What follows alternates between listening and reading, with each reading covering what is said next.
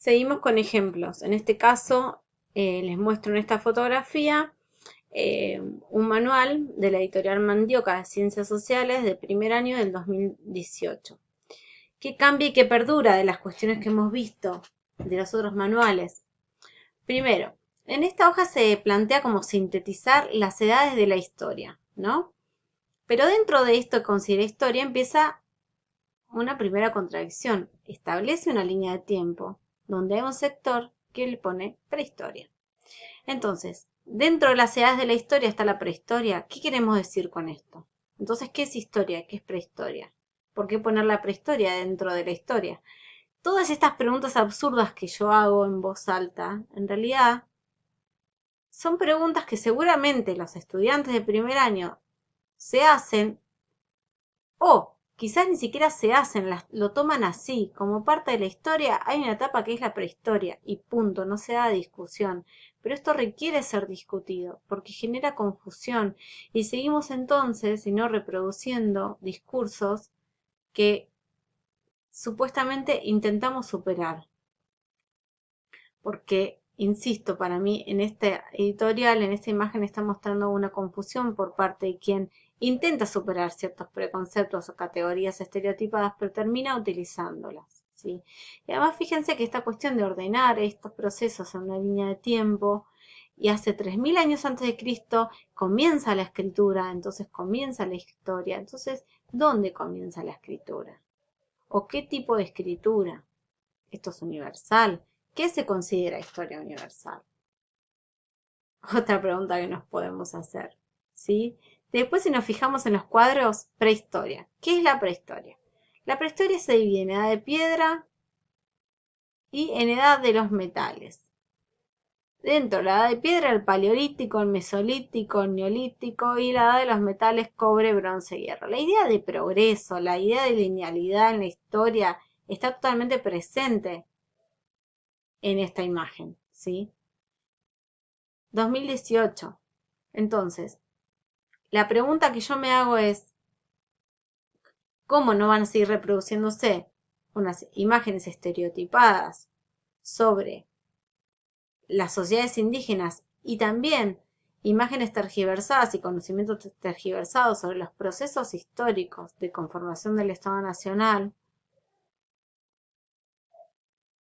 y construcción estereotipada sobre las miradas de los pueblos que vivieron hace miles de años en el territorio americano?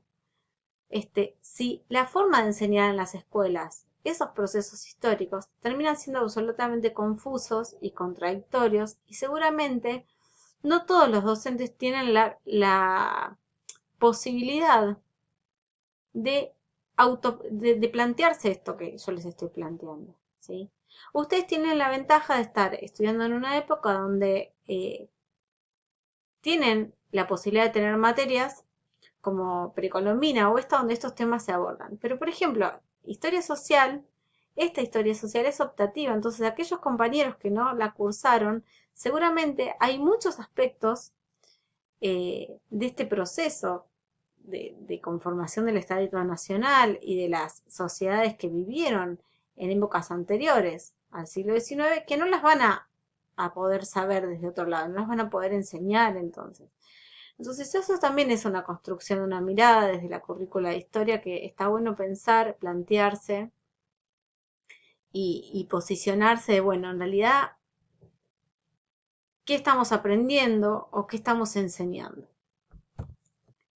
Sigo.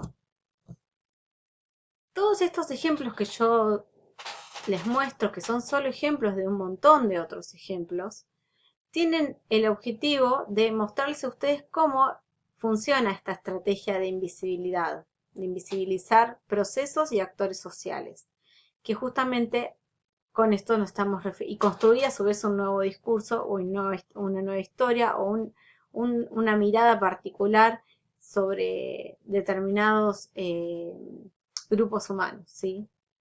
Eh, Podría haber elegido otros ejemplos, no importa.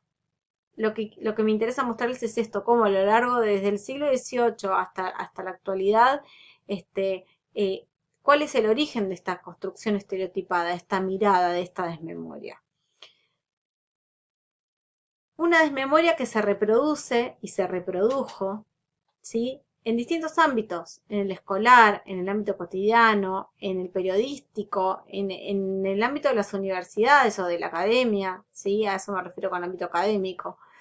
Los discursos científicos y las prácticas profesionales contribuyeron sin duda a la construcción de imágenes estereotipadas y etnocéntricas de las sociedades indígenas y con ello legitimar el mito de origen de la nación argentina. Vamos a ver, por ejemplo, en la clase siguiente, a través del análisis de distintas fotografías como fuente de información histórica, la mirada de la racial y la mirada evolucionista de la época, y cómo justamente en el ámbito científico y las prácticas profesionales, eh, eran prácticas que tenían como objetivo justamente medir, cuantificar y clasificar las diferencias raciales, o sea, justificaban, eran elementos a partir de los cuales los accionarios políticos se justificaban, ¿sí? Entonces, el ámbito académico ayudó también, por supuesto, a la construcción de esta desmemoria.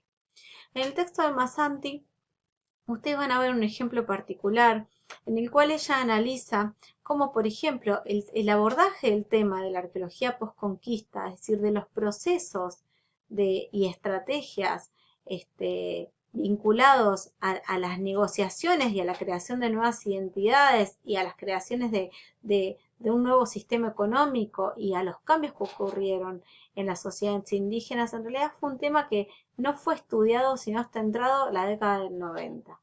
Eh, entonces ella se pregunta y se plantea y discute el porqué de este desinterés, ¿no? Realiza un análisis histórico sobre el desinterés en el análisis de estas temáticas.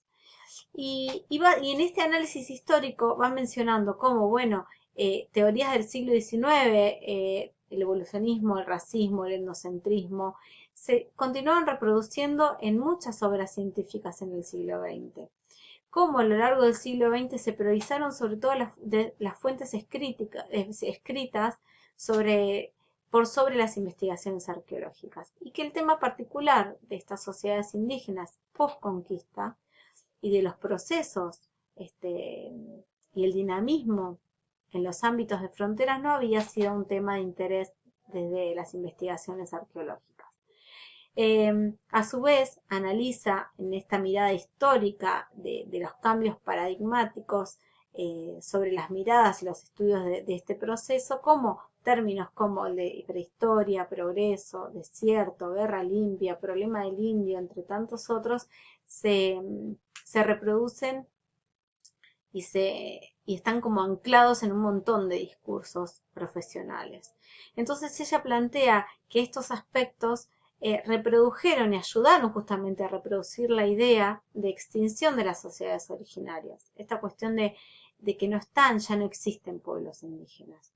Y que obviamente esta idea va acompañada de un montón de accionarios políticos que tienen que ver con, por ejemplo, la construcción de museos de ciencias naturales, como es el Museo de la Plata, que es un tema que vamos a abordar también en la materia, cómo se conforman las colecciones de esos museos, las colecciones de objetos, las colecciones biológicas de restos humanos, no solo de animales, sino de restos humanos, las colecciones vivas, ¿sí? Los grupos indígenas que fueron a ser parte de las colecciones vivas exhibidas en el Museo de la Plata.